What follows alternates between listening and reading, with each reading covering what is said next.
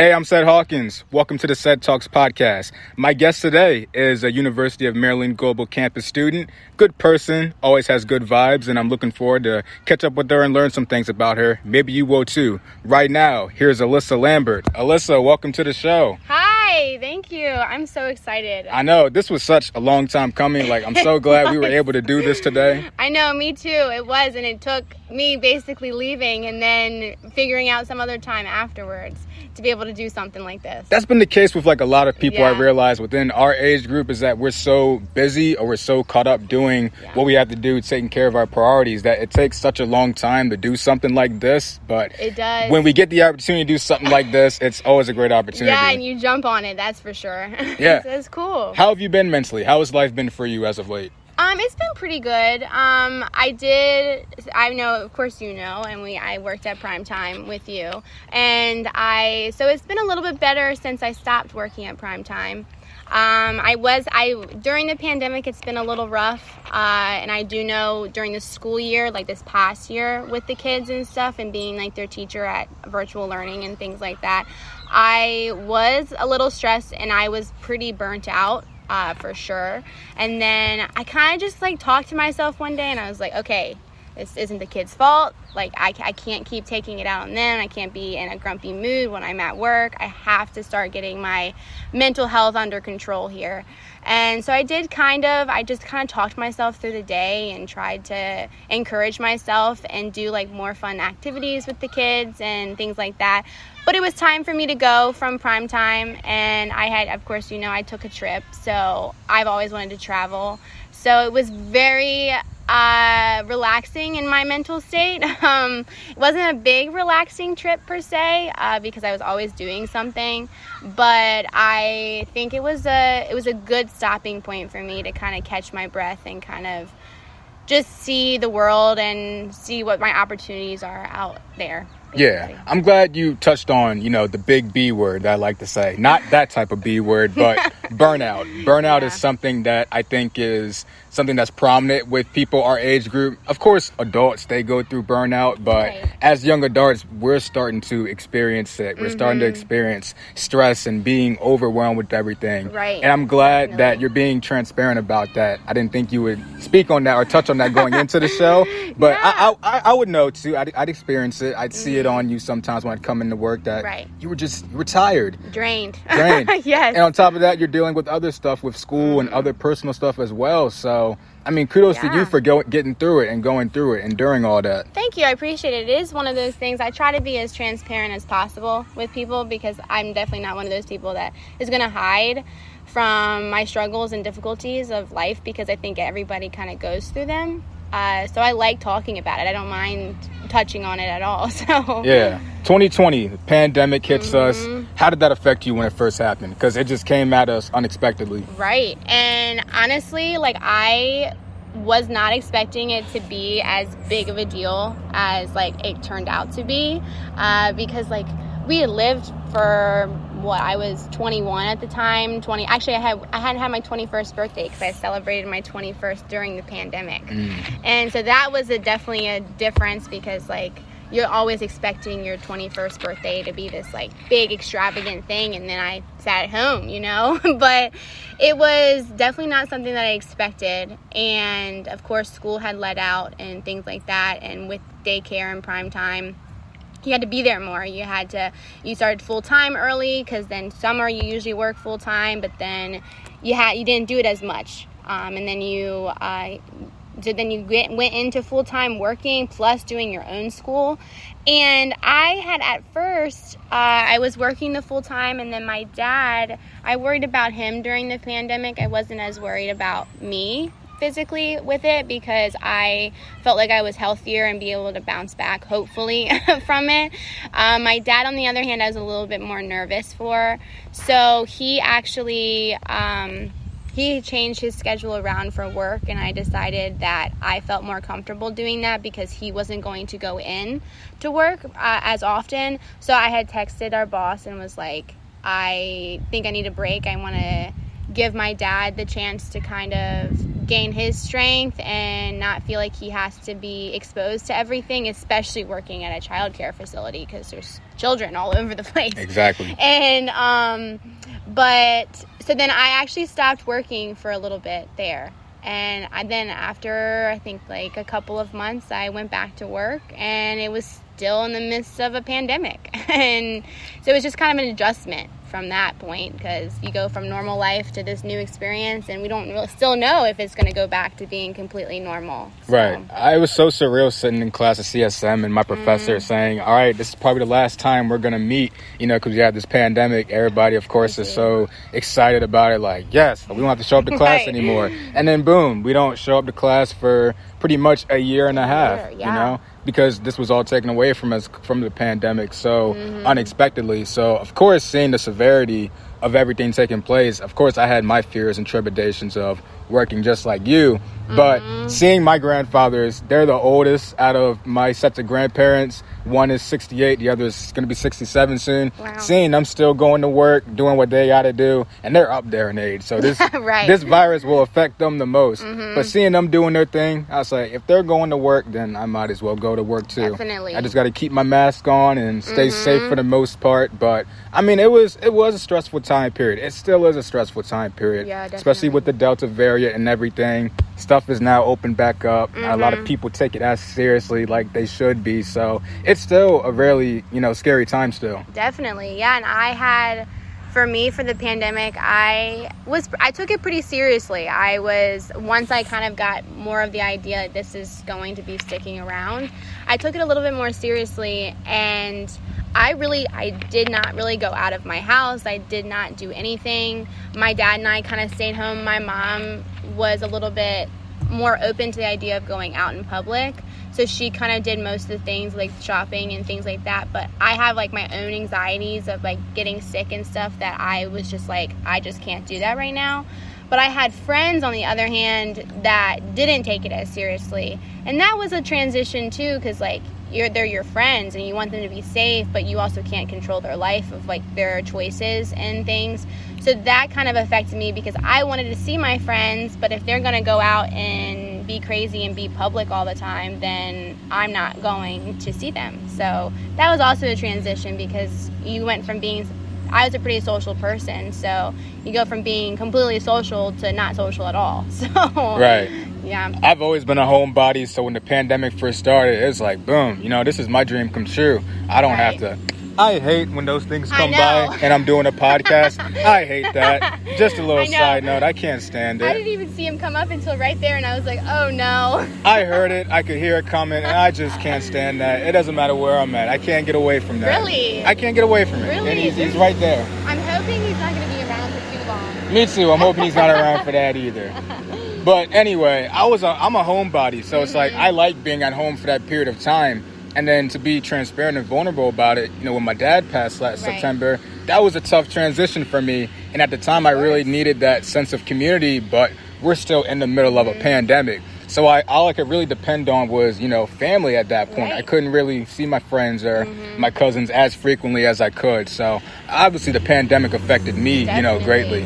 Right. I mean, because you do need people in your life. And I took my trip by myself, and I know we'll touch on that later on, but I realized I love being by myself. I love doing things by myself, but I really emphasized an idea that you do need people. Like, you just need people's interactions and the ability to go out and kind of escape life when you're with them. So you do need that, and the pandemic kind of took that away from us in a sense. So yeah, with all the uncertain times and all the terrible stuff going on, how did you prioritize your mental health, or how do you still continue to keep that as a priority?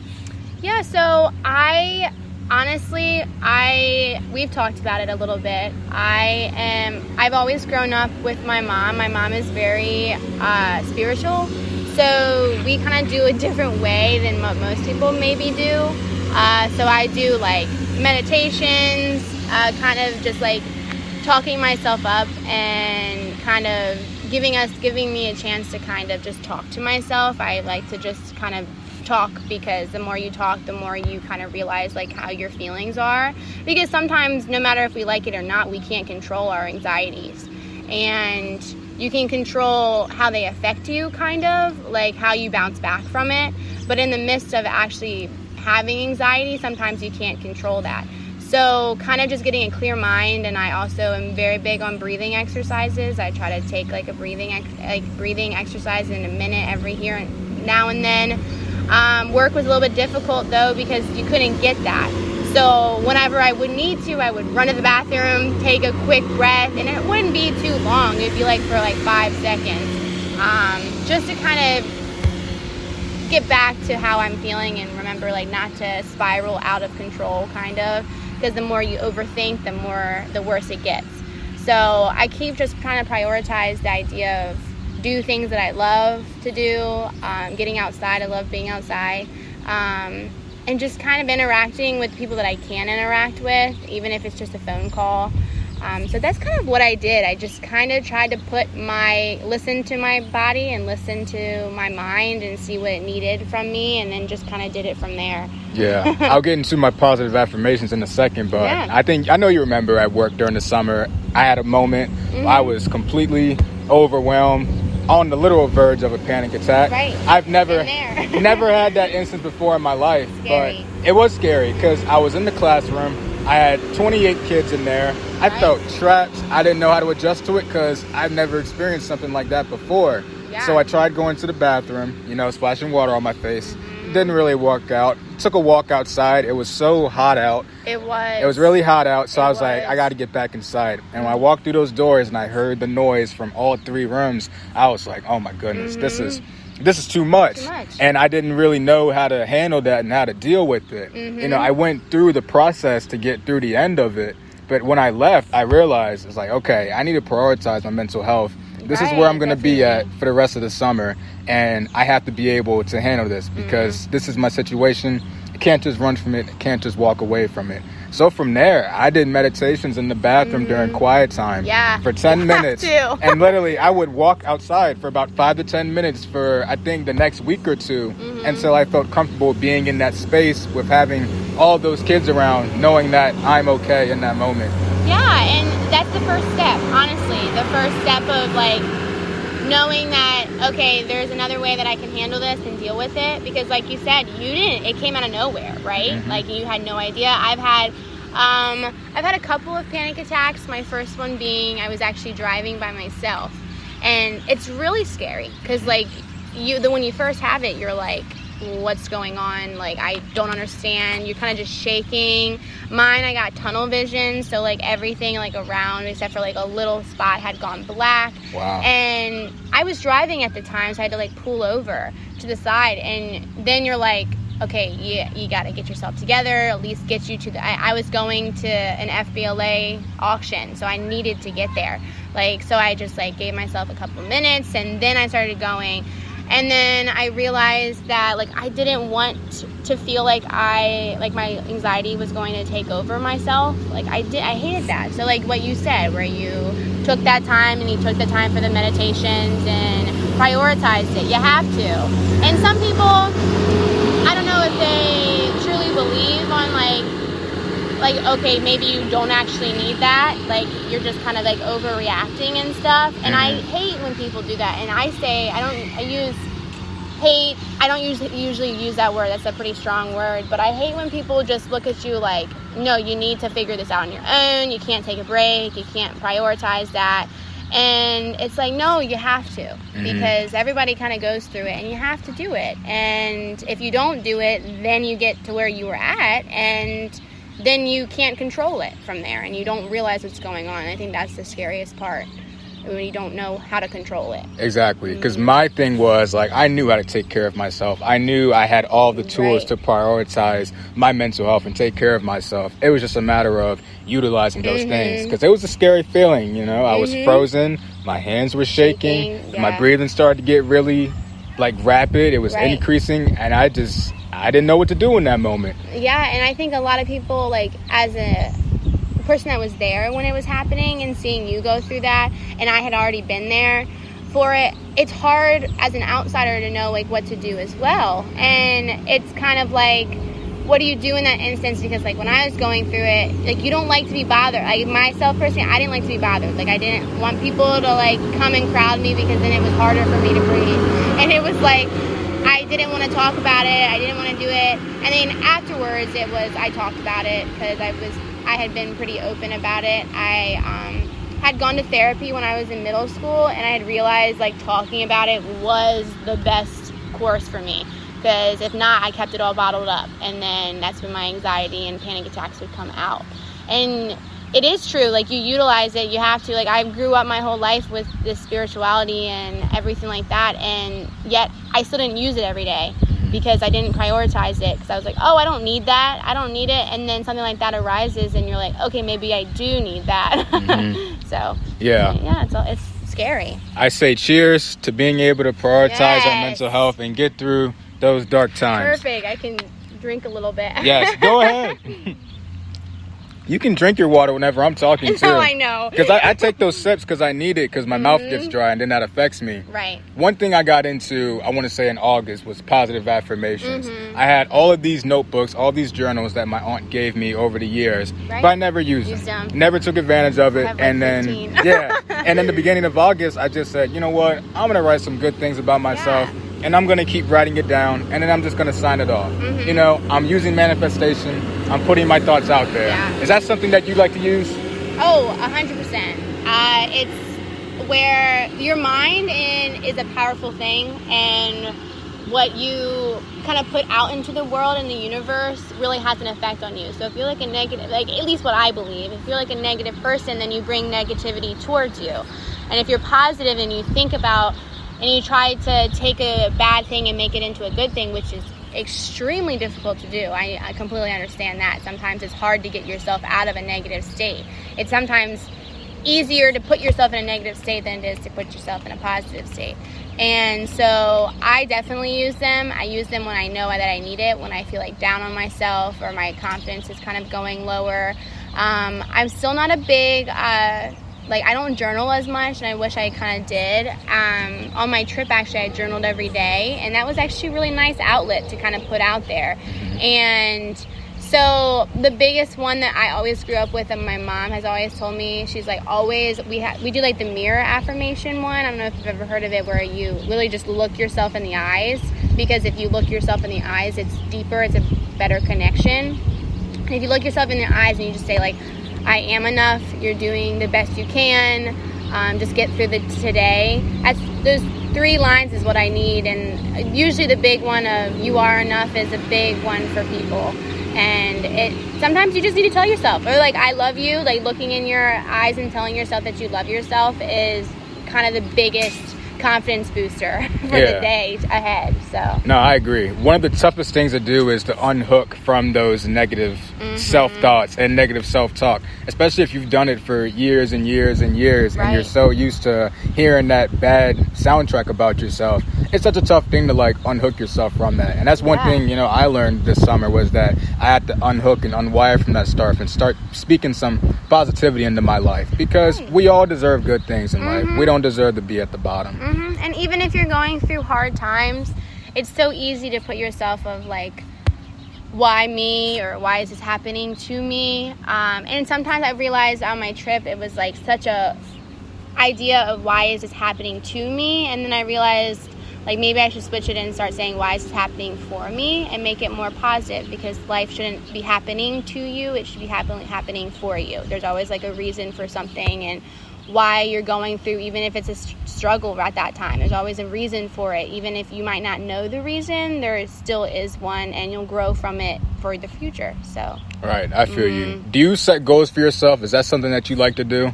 I try to, definitely, but I'm more of I was never very good at like short-term goals, and I'm trying to get better with that, especially right now looking for a job and stuff. I'm trying to set goals of like when I should have this done, when I should have that done. But I am definitely a future person, like from like 3 years from now I want to do this, or 5 years from now I want this. And so yes, I do, but at the time I'm trying to also like live in the moment. Sorry to cut myself off, but I think he finished. Yes, thank goodness. Yes. Good riddance. But anyway, I just try to live in the moment too, and like we talked about before we started the podcast, like things will happen and you just know that it's time for that. So if I try not to set as strict goals for myself, because like, for example, I still am not graduated. Technically, if I graduated 4 years, it would have been last year or this past year. And so putting goals on myself that maybe won't be beneficial in the long term, I have to realize that I have to remember to kind of change those and adjust it to where I am in life. So I do, but I also try not to be so strict with them, if that makes any sense. Yeah, no, I feel you, because you never want to be disappointed, and you don't want to disappoint yourself in the end. Let's say when you reach that certain timetable and you still don't have what you were looking towards. Right. And you just have to, like, life happens. Honestly, life happens, and some things don't go as planned, and you just kind of have to, like, let it roll off your back and get back up and say, okay, this is the new goal for my life, or I'm going to change it a little bit, or something like that, so you don't feel disappointed in yourself as well.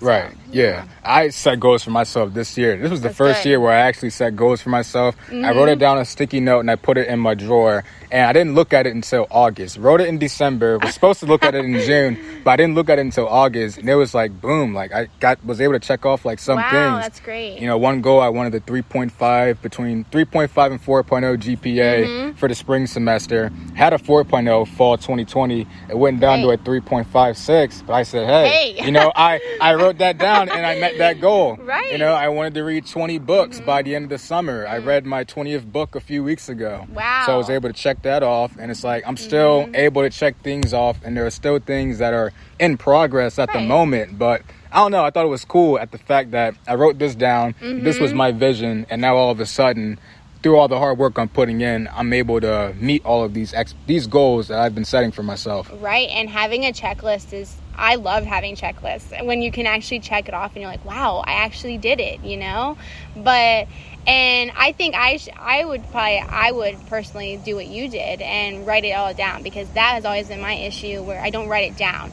And I let myself kind of slide with it, and I wish that I have written them down more. So I'll take that advice and just kind of decide, let me just write them all down. So, because it also sees how much you progressed too. Because, like, you started and you actually see, like, oh, wow, like, I actually put in the effort and I actually did what I wanted to do. And then you were able to check it off. Right. You're kind of right about setting, like, those, like, weekly goals, I guess, for yourself. I wanted to finish this one book I'm reading by, like, tomorrow. Yeah. I'm not even done with it. I think I've read, like, 2 chapters this whole entire week. But it's all good, though. You know, I'm going to get to it. It's just like what we were just talking about. Like, you change them. Like, because life, like we said, life happens. So you might not have had enough time. You might not have been motivated to do that at the time, or you didn't feel like reading at the time.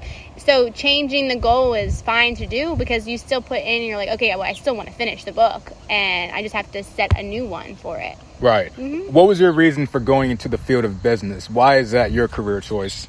So I was never that kid that was like, at a young age, knew where they were going to go to college, what they wanted to do. I was never like that. I just had I had no clue. And in high school, it's so crazy because you're supposed to know what you're going to do.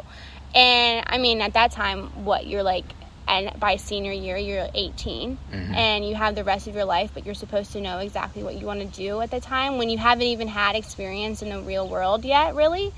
And so I had been in a club in high school, Future Business Leaders of America, FBLA, and I actually went into it not knowing that I wanted to go into business. And I started out as like just a member, and then I was on the officer team for 3 years.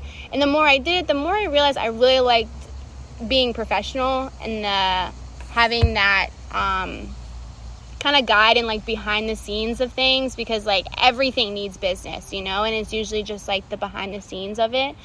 And so I think it's actually probably like junior year of high school, so like it was pretty late. And an idea of what people say as like you need to know when you what you want to do. And I was told that I needed to figure out, and I was going to present something of what I wanted to do for middle schoolers. And I was like, well, I can't go into talking to these middle schoolers and have no clue what I want to do. Like, I'm supposed to be motivating them.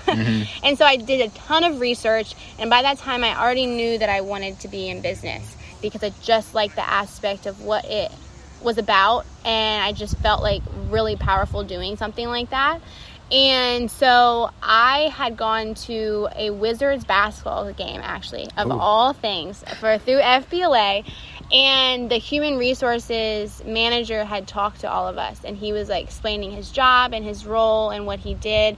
And it really just spoke to me, and I was like, that is what I want to do. And it's because I have always liked to kind of talk to people and kind of give advice where I can, and help them through things, and because like helping other people, because I'm sometimes help yourself.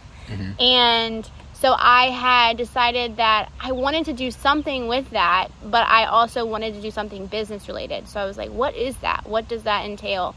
And then when I met the human resources manager, I was like, that's exactly what I want to do. They help people, and they try to be an advocate for them as much as possible, and the people that are involved in the organization. Plus, they do business aspects and kind of keep the company rolling. So I don't know. It just that was just exciting for me to think about. Right. It was just one of those things where it clicked for you in the moment, and things were so natural for you. Definitely. That's nice. It was pretty cool, actually, because like you said, I was just at a Wizards game, and I actually realized from that I want to be human resources for a sports team. So either that or like a media, like TV, movies. I love TV and movie productions and things like that. So I have those types of goals. I know that that's what I want to do. But it just clicked, and I was like, this is what I'm going to do. Yeah. See, with me, it's like, I don't know. I feel like education is my thing, but I feel like I'm so like pretty good at other things that I do with like writing or public speaking. It's I feel like I'm so good in those other avenues that I could easily go into those other things or do those things at the same time of doing education. Yeah. It's like I'm starting to realize I don't like to be tied down with just one thing. Like if I was just tied down with just work and that was my only thing, I think I'd go like crazy. I think I'd go like mentally crazy. So when I'm able to do things like the podcast on the side or continue to focus on my writing and everything, it makes me feel like pretty good. So it's like, I don't know. I feel like as the older I'll get, I'm going to venture off and do all these other different things. Which would be amazing. Because that's what I mean when I say I don't think you should know what you have to do. My mom always says she just turned 60 this past year. Wow. Yeah, in March she turned 60, and she says, I'm a 60-year-old and I still don't know what I want to do. And I live by that because my parents have never forced me to know what I need to do. And they let me kind of do my own thing, and they support me with whatever I'm doing. They set goals and they want me to succeed, of course, but they also know that I'm going to follow with whatever I want to do. And so just having and knowing that, like, you can change things. And I think it's so great because, like, you work at prime time and you want to go into childcare, but you also do the podcast. You wrote a book, and I think, aren't you writing another one? I am. That's what I thought. I don't know if I could say that. Nah, you're good. Okay. The cat's out the bag. You're good. I'm sorry. All good. Nah. And so that's so great because you're still doing things that you love on the side because you are good at those things, and just keeping with that still makes you doing, like, you're happy and excited for so many different things of your life, you know, like you're doing so many things that are making you excited, and that's great. Yeah, I mean, the pandemic really is what started the whole podcast thing, because I didn't have the chance to talk to people like that. Which is so great to come out of that. I know. So I just figured, like, why not start a podcast? You know, I don't want to really do a YouTube channel. I don't want to be kind of big like that. But why don't I do this podcast and see where it goes from there? And from there, the episodes kept increasing and increasing. Everything started continuing to build up organically, and I just stuck with it. Yeah, and it works for you. And I know that it makes you happy. I mean, I know it makes you busier, but sometimes even being busy can be a positive thing as long as you're still prioritizing yourself and as long as it's still making you happy. So you're still doing it, and you're still doing work, and you're still doing school. It's a busy schedule. We've talked about that. But you take breaks where you need it, and you realize at times after your break, you're like, okay, I kind of want to do that again. Like, let me just go ask someone to do a podcast or something like that. And I think that's so great. Yeah, today is one of my break days. Yeah? Yeah, today's one of my break days. No math, no schoolwork, no work this afternoon. I'm just chilling. I know. Those are great. You need those, though. Like, you really do. Because you need a break, and those are the best days, I think, because like you said, like we came out here to Prince Frederick, and we're outside, sitting outside, just kind of talking. It's just like talking to a friend. So vibing out in nature, right? Yeah. What was your reason for choosing CSM, College of Southern Maryland Community College? Why did you choose to go to community college route versus going straight into university? Yes, so like I said, I was never the one. I had friends that were like, they grew up knowing like, this is the school that I want to go to, like this is my dream school. I was never like that, so I kind of started late with what I wanted to go and like where I wanted to go. And so my brother, he's about 8 years older than me, and it's just the two of us. And so he put himself through school, and he started off at CSM because he did not like school like whatsoever, so he started a little bit later. I actually did not mind school. I actually really liked it. I liked learning new things. I also liked the social aspect of it, so I didn't mind going straight into school, like into college after high school. But my brother, he put himself through college, and my parents never really created like a college fund. So I always knew, like, it was not a secret. Like, I didn't find out like senior year that I was going to be paying for my own way. I always knew, like, they helped me. Oh my gosh, they helped me so much. Like, I'm still living there, and they will still support me, and they know, like, if I have loans or something that I need to pay off and I don't have the money, they will 100% help me out with that. It's just the aspect of knowing, like, I need to be responsible and do the right things for myself and not stress myself out.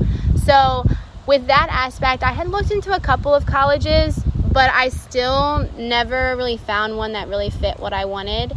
And then I also realized that during this day and age, it's very difficult, of course, to pay for your own college as like just someone right outside of high school. And so after that, I realized that I think the best course of action was to go to CSM for community college, because I stayed, and during that time of staying, I was also able to work at prime time, and so I was able to gain money while also still kind of staying in the area and staying at home. And so I decided just to kind of stay at CSM, and I got my associate's degree in business administration. And I actually, after CSM, I took a break because my mom was always that one that was like, why are you going straight into college right after high school? She was like, you basically do 13 years, including like kindergarten, of course. You do 13 years of school, and then you want to go straight into college. She's like, why are you putting yourself like through that? And my last year at CSM, I took 7 classes. Oh my goodness. Yeah. You're one of those people. I am one of those people. Like my senior year of high school, I took a full schedule, and it was like later on, you're like, why did you do that? Why did you do that to yourself? And on top of CSM, for my 7 classes, I was also working at prime time. And I was so, back to what we said at the very beginning, I was so burnt out. I was mentally exhausted, and I was like, all right, I'm taking a semester, and I'm just going to work, and I'm going to do whatever I want to do and kind of get some money in my pocket and not have to do school. Because at that time, I already had my associates. So I could get like what I like to refer to as a big girl job. So I could already get that if I wanted to with an associate's. And so after the semester, I decided that I was going to go to University Global Campus, because I knew that it was still going to be too expensive for me to afford to go to a university. And I also didn't think it was worth it at that point, because like I'm still getting my bachelor's, but I also already had my associates. So it wasn't like there was no need to go to a 4-year college at that point. And yeah, sometimes I get a little bit disappointed thinking about like maybe I missed out on that experience of going to a university. But then I go to them and like I visit a friend, and I don't think I could like actually live the way they live. If that makes any sense to you. I have no idea. Like mentally, I don't think I would have been able to do it. And I mean, of course I would have been able to if it's something that I really wanted to do, but I just don't think that was in the cards for me to do. And like I said, I was able to work, and I built up a lot of money, and I'm able to pay for my own college. And it's actually pretty rewarding when you know that you have enough money to pay for yourself. And also, like my friends, when they get out of college, they have no financial experience still. And when they get out of college, they could be like 27, and then they have to go back home. And because they have loans they have to pay, they have no idea how to kind of be in the real world. And for me, I was lucky enough to kind of start understanding the financial world of paying for your own things and kind of giving up things. Like, I was not going to go like out to dinner all the time. I couldn't be spending money on like clothes or like concerts or things like that. Like, I had to prioritize and say like, okay, no, I have bills to pay. Like, I can't do that. And I mean, at the time it kind of stinks because I kind of resented in a way my parents, because I was like, well, like, my friends didn't have to go through this. Like, they were able to get things paid for. But in the long run, I'm eternally grateful for what they did, because I learned a lot. And like I said, they still let me stay at home and help me with whatever I need, if I need some financial help or any other help. And so I do not resent at all what they did. And I actually have talked to my parents about that, and I felt like extremely guilty like telling them that, because I was so upset and mad at times. And I know that as a parent, like, that's hard to hear from your child, like they didn't like the choices that you had made and things like that. But I have told them recently, like, I love that you did that, because I learned and I grew and I feel comfortable enough to go out on my own. So I know that was a little bit long, but no, not at all. I'm glad you came to that realization, though, that, you know, you've learned from all those experiences, and now at 22, you're able to apply all of that and still continue to push forward and do what you do. But you're doing it, though. Not a lot of people, you know, your age or my age, not a lot of people are doing that. So it's good that you're doing that. Yeah, well, thank you. Yeah, because it was, I mean, like I said, it was a transition to know, and you get kind of upset because you can't do those things and you feel like you're missing out on other things. But then I realized, like, I saved money and I wanted to travel. And then I just did a whole month-long travel trip, and I'm like, that would have never happened if I had gone to a university and my parents had paid for it. And usually when you're at a university, you don't work because there's not enough time. And I was lucky enough to be able to get that opportunity. So I'm grateful for the choices that they had made and had put me through, and giving them, they're always supporting me. So it's great. Nice. My follow-up question to that is, you're going to a school that's virtually online. Are you that type of learner where you prefer it being online, or do you like being physically in the classroom? So that was a good question, because like I said, I liked school. And I liked learning, and I liked doing that type of stuff. But I also had already done a couple of online classes. So I kind of had already gotten used to the idea of doing online.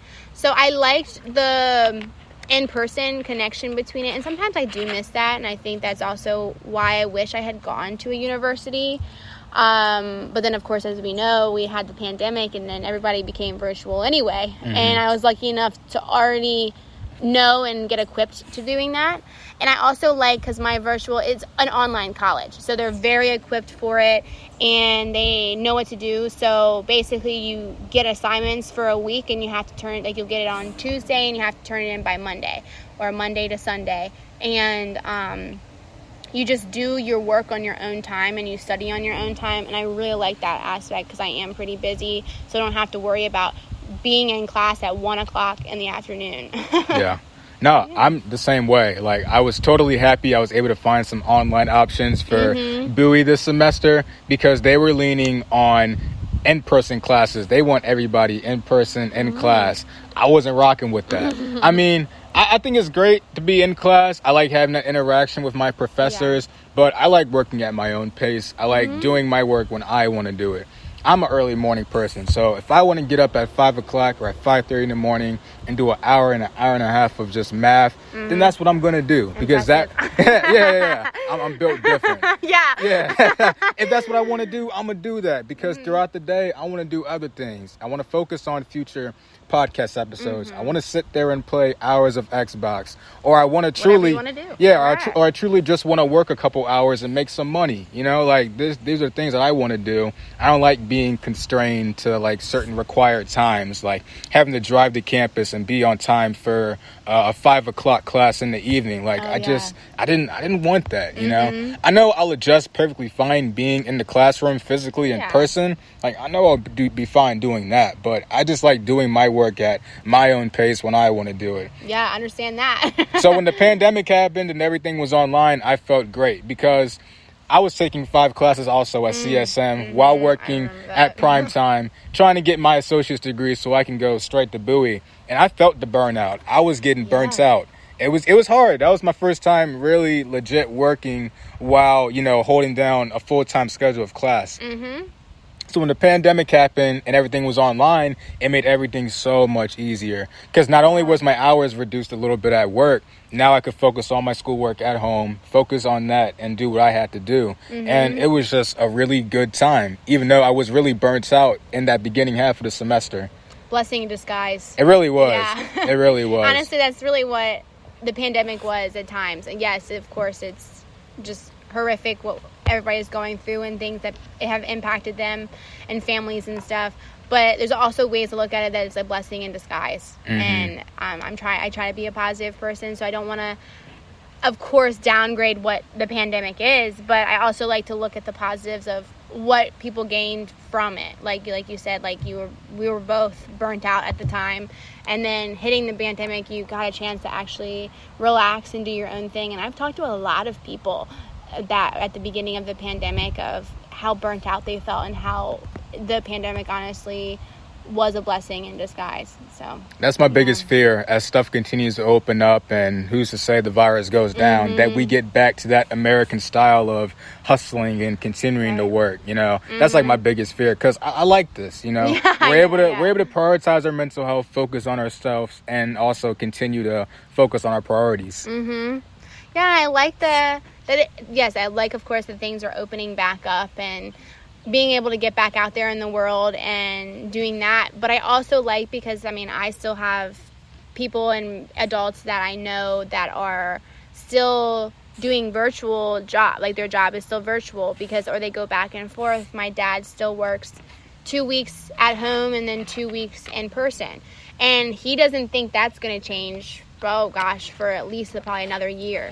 And so it's still kind of nice because we're kind of gradually getting back into it, but we're still able to kind of be where we're at right now and kind of still relax and prioritize ourselves instead of prioritizing being back in the real world. Right. My therapist has a quote on her wall, and it says, "If you're not failing, you're not trying." And she commends me when I tell her about all the mistakes that I make and I feel like I've messed up. And she just looks at me and she's like, "Congratulations, you failed. Like, I'm happy that you're failing." And it took a while for it to build up, but it takes a lot to have the courage to make mistakes 100%. And learn from those mistakes and try to improve on that.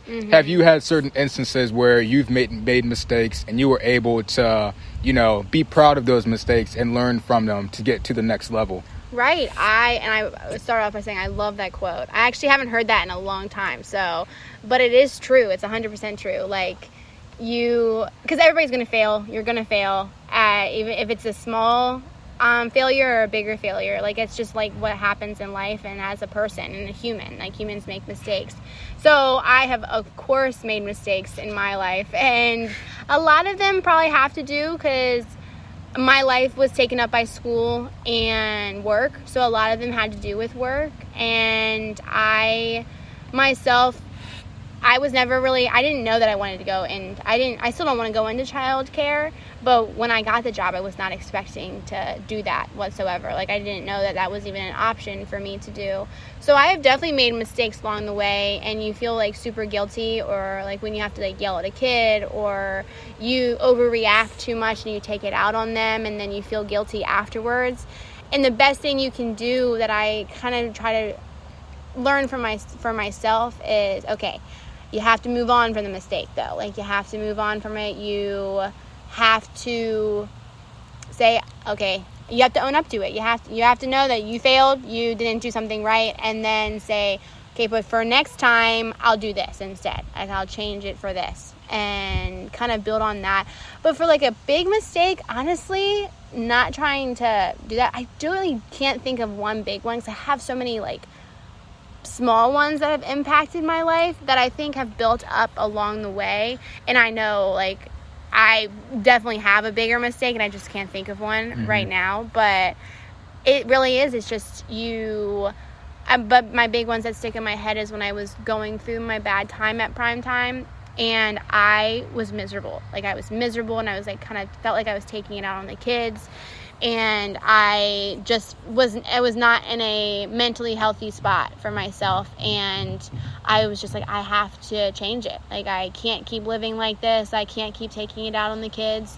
And it's not their fault that I'm miserable right now. And so you just kind of have to pick yourself back up. And you are going to fail, like, just like failing classes or not doing good, failing a test. I was never a good test taker. I hated taking tests because I really thrived in, like, the classwork, and I could get hundreds on all my classwork, and then the test would come around and I could get like a 60. And it's like, well, that all failed, but that was higher in our product of our grade, and it just looked like I was failing. And I'm very hard on myself. I'm a person that's very hard on themselves, and so seeing those grades or seeing those failures kind of cross by is hard to swallow sometimes. But you have to kind of do it. You have to, because that's how you learn, that's how you grow.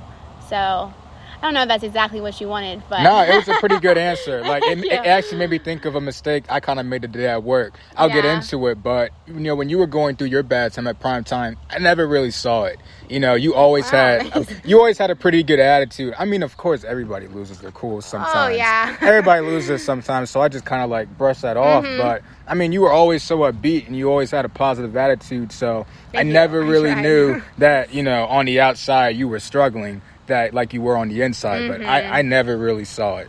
Oh, thank you. I appreciate that, because it's hard. Like we've talked about, that's very hard to keep that positive outlook and not let it affect you, because, I mean, it's true. When you are in a negative mindset, like, you don't want to bring other people down. Like, you don't want to do that, but you also don't want to hide that you're also not happy, if that makes sense. And so you don't want to bring them down. And I never wanted to go to work. We always said at work, your personal life stays outside, and then you're a teacher when you get inside those doors. And it is hard sometimes. That is very hard and difficult to do, but you have to do it because they didn't impact, the kids they didn't mess up for you to feel the way you're feeling. Like, you have to prioritize them. They don't understand what's going on in life, They just need people to support them, to love them, to show that they care, that you care. And so sometimes that was difficult to do, but so I appreciate you saying that, because it's hard. No, it is hard.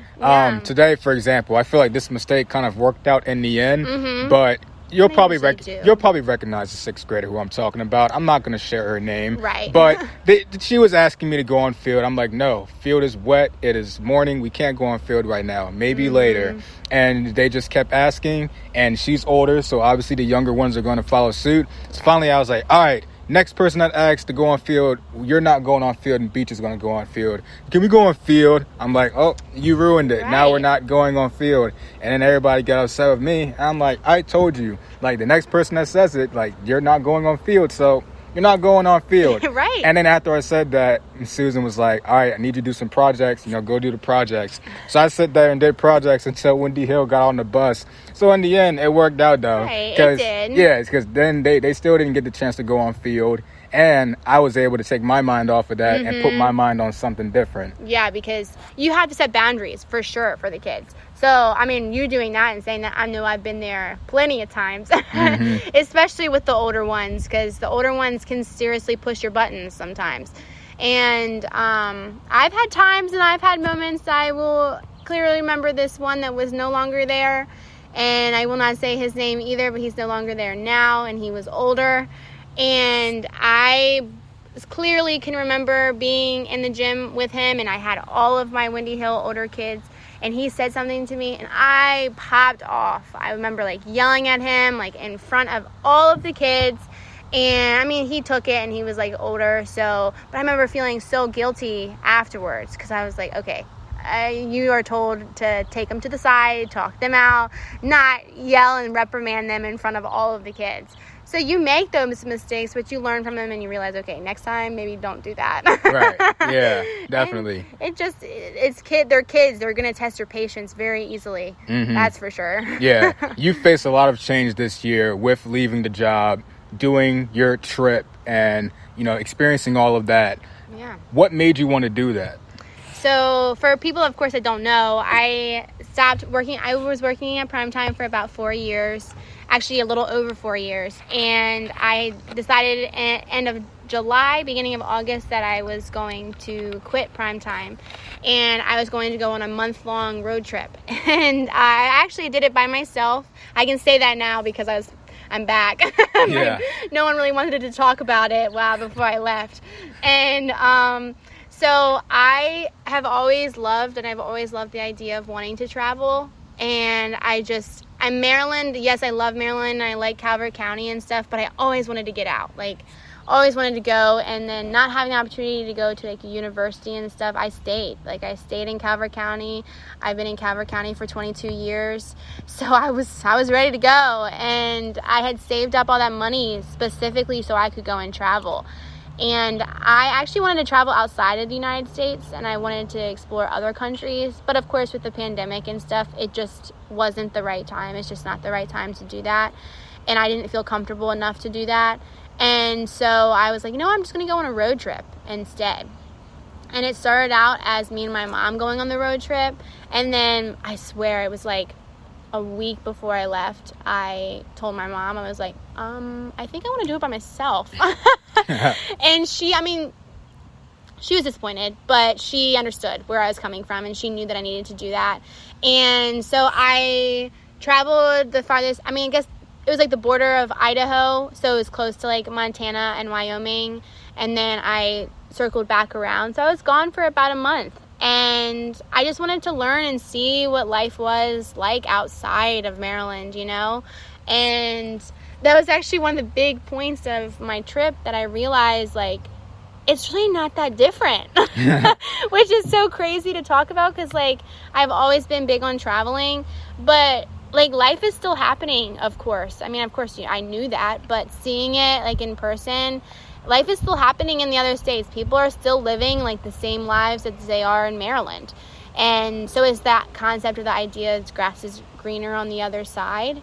And because what don't I have? I want to go experience that and want to go see the world. And so I loved being able to do that, but it gave me a new appreciation for Maryland as well. I was like, wow, we actually have a nice state that we live in. Yeah.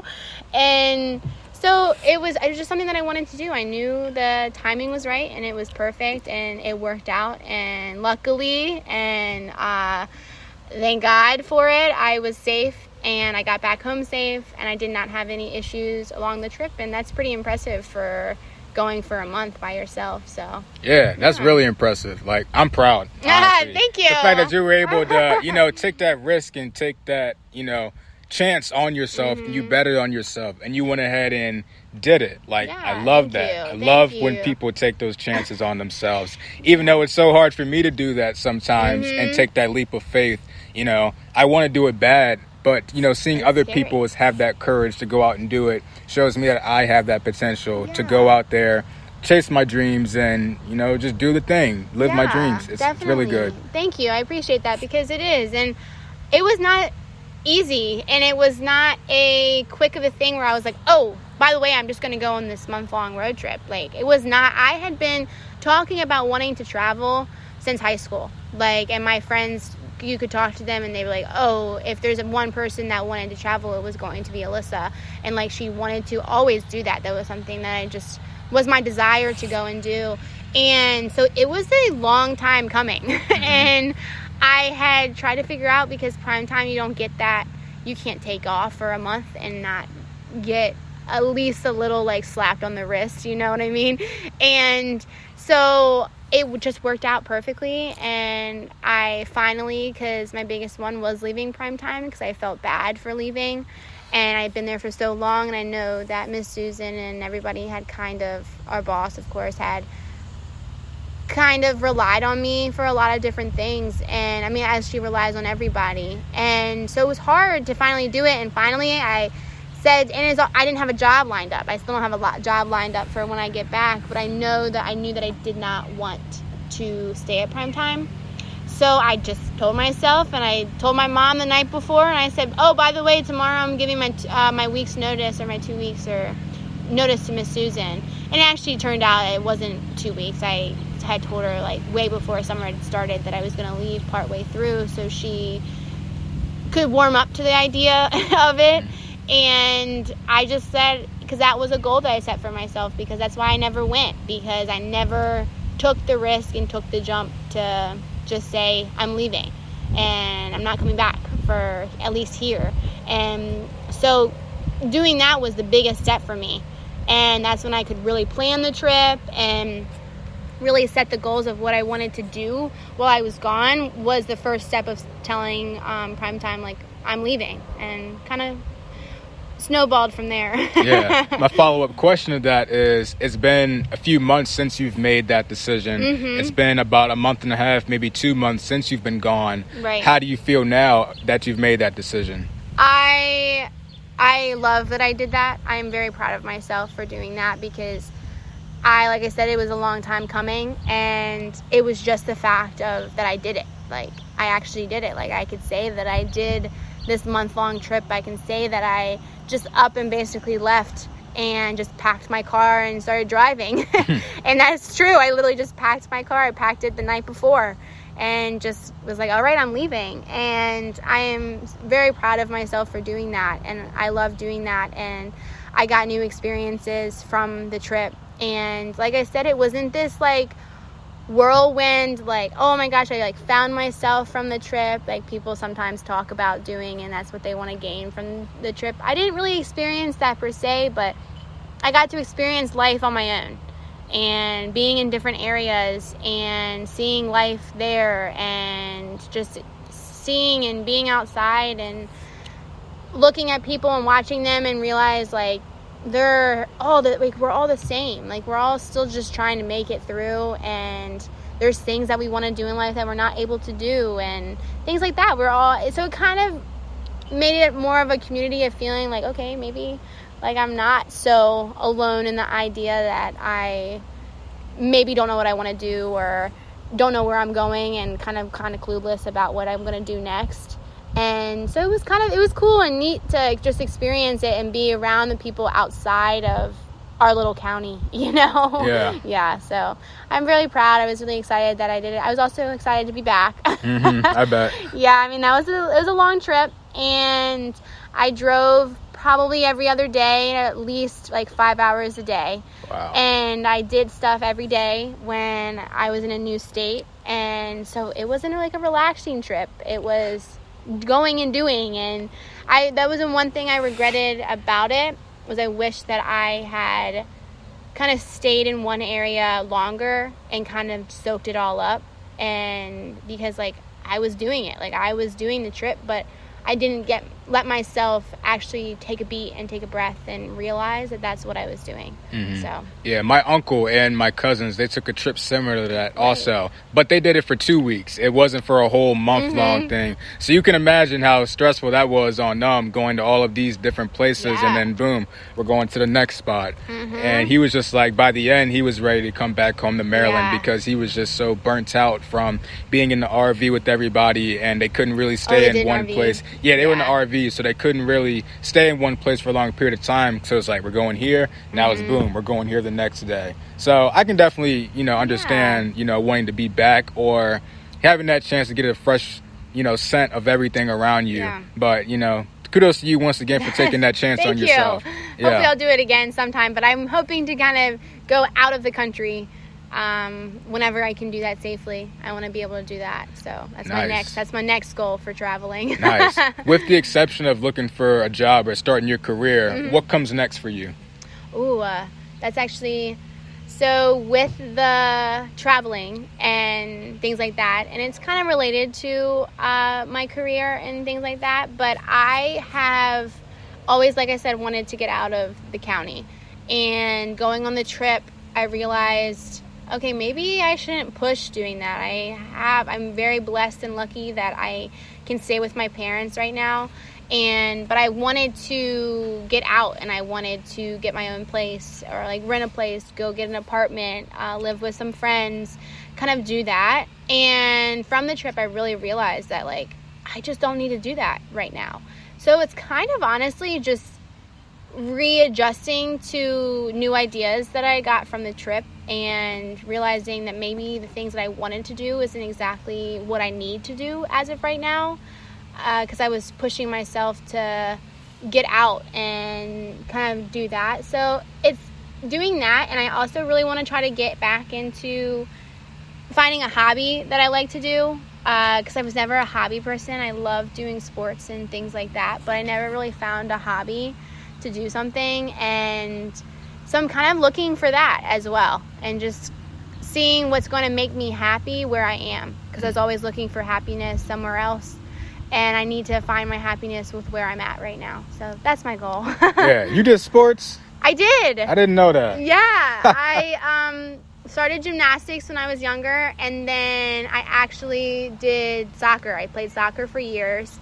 And so that's why it was really interesting coming back here, because I used to play soccer all the time at Halloween Point. Wow. And so it was really strange coming back, because I did miss it. And I actually had to stop playing soccer due to getting sick in middle school. I had gotten mono, so I lost like all of my energy. So that was a big adjustment for me, because I went from playing sports like basically my whole life, because I started gymnastics when I was 3, and so I was doing sports from when I was 3 to middle school, and I miss them so much. I miss doing sports and being active, and I love watching sports and kind of doing that. So I don't know, kind of thinking about getting to do something. I don't know how much you can do when you're 22, but yeah, I figured there has to be something out there to do. So yeah, I mean, I've picked up lots of hobbies from the pandemic, and I mean, it helps keep my mind occupied. And like I was talking about earlier, I don't like being shackled down to one thing, or like one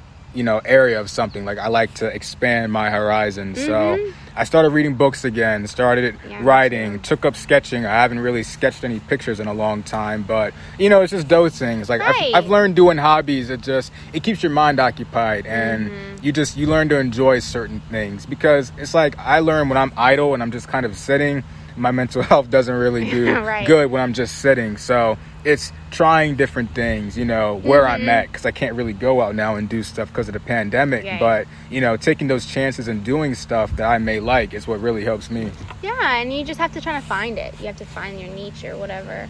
And I haven't had that in a long time, and I would like to have that back. And so I have done like some sketching and things like that. Nice. I'm not a big drawer, so sometimes it stresses me out more than it probably should. And so I've done things here and there, but nothing that I've quite found that's what I want to do. And I don't know, I've always had these big plans with friends to do stuff with, and we still just have never gotten a chance to do it. So I kind of want to just do the things that I've always talked about wanting to do, but just haven't had a chance to do it. So I don't know, we'll see, but I'm excited for it. And I did pick up reading more again, because I used to hate it in high school. Me too. I used to hate it because like you're forced to read. Exactly. So when you're forced to read, you don't want to read. And then outside of high school and outside of college, I was like, wow, like I can actually read for enjoyment now. And I've actually read the most in my life this past year than I ever have. Like, even with school, like, I'm going to give you this little thing. I didn't read the books in high school. Like, I took the tests, I wrote essays, but I maybe made it through chapter 1. And I just didn't read them. I didn't find them enjoyable, and I did not like them. But now actually reading books on my own and like actually trying to figure out what I actually like to read is really interesting, because now I understand why so many people like doing it. Yeah. So. Yeah, I just got into romance novels. Me too. it was weird, because like I was always into those like romance comedies and stuff like that. Yeah. And I never really admitted it to my friends, and I just now admitted it to one of them like over the weekend. He was like, "Bro, I like romance novels too." I was like, "Oh my goodness!" Thank goodness. It's not me. Exactly. And I started reading the series. I might send it to you. Yeah, please do, because I'm always open to reading new things. And it's interesting that you said that, because there's so many guys that have come in contact with that I'm like, where they'll admit to like watching a TV show that was like girlier per se, or just like more of dramatic, and they're like, I actually love it though. And they're like, I absolutely love it, but they won't tell like their friends about it. Yeah. And then I think it's so funny, and I love when people actually like admit and talk about it. So I love that you're actually putting that out there now. Yeah, transparency and vulnerability. Yes. Now the whole world knows I like romance novels. Nothing wrong with it. Yeah. Either. They're good books. They are good books. I like them. Yeah. But my final question to you before I go ahead and wrap things up is, if you could offer a piece of advice to your former self, what would you say to that young Alissa? Yeah, and I've been noticing that I watch a bunch of TikToks, I'll admit that, and I watch them. I don't ever do them, but I watch them, and there's been a trend going on right now where it's like what they would say to themselves at the younger age. And I have been trying to think to myself what it would be, and I think I actually just realized, I think I would tell myself to breathe and take a beat. And I know that's kind of cliche to say, but I was always going, and I was always busy, and also, I guess I was a big people pleaser, so I did things for other people. So I think I would also say, take risks on yourself and do things that you love, even if it might not benefit somebody else, as long as it's not harming them or anything. Just do what you want to do and kind of stick with that and find what you like to do, and not please other people because you're too scared to hurt their feelings or ruin something of theirs, because in the meantime you're ruining your own self-confidence and your own happiness. So yeah, I would say that. I can relate to that. When I was at CSM, I was always in a race trying to get out of there as fast as I can, just working hard and grinding. And now it feels nice to be able to kind of take a step back from that and just take my time in getting my degree, because there's so many people out here now who are graduating within 3 years, or they're graduating within that 4-year time span. But I've realized that's not me. That doesn't have to be me, and I'm not in a rush. I'm just going to take my time. It'll come to me when it comes to me. For now, I'm just going to take this time out for myself. Yeah, because when you're younger, you look at adults and you think they have it all together, and the older you get, the more you realize that nobody actually knows what they're doing, if that makes sense. Yeah. And at a time, like, that's kind of scary to think about, but it's also kind of exciting too, because you're like, I don't need to have my whole life planned like I was told when I was in high school. I can do my own things, find new interests. If something doesn't work out, that's okay. Just find something else to do. And so it's kind of exciting to do that. But it was hard to get to that point, because I really was like, I wanted to graduate within 4 years. I wanted to get on that. And then I realized it just, like you said, it wasn't for me either. And so I'm okay with where I'm at right now. Nice. Well, this was a great time catching up with you, talking with you. I liked it a lot. I had a lot of fun. Thank you for having me. And you were so nervous in the beginning, and then I got an hour and 7 minutes out of you. Oh my gosh, I talked too much. Nah, you're good. You're good. It makes the best episodes. Yeah, well, thank you. I appreciate it. I had a lot of fun. Yeah, thank you. Yeah. I'm Ced Hawkins. Thank you for listening to the podcast. Stay blessed and stay encouraged.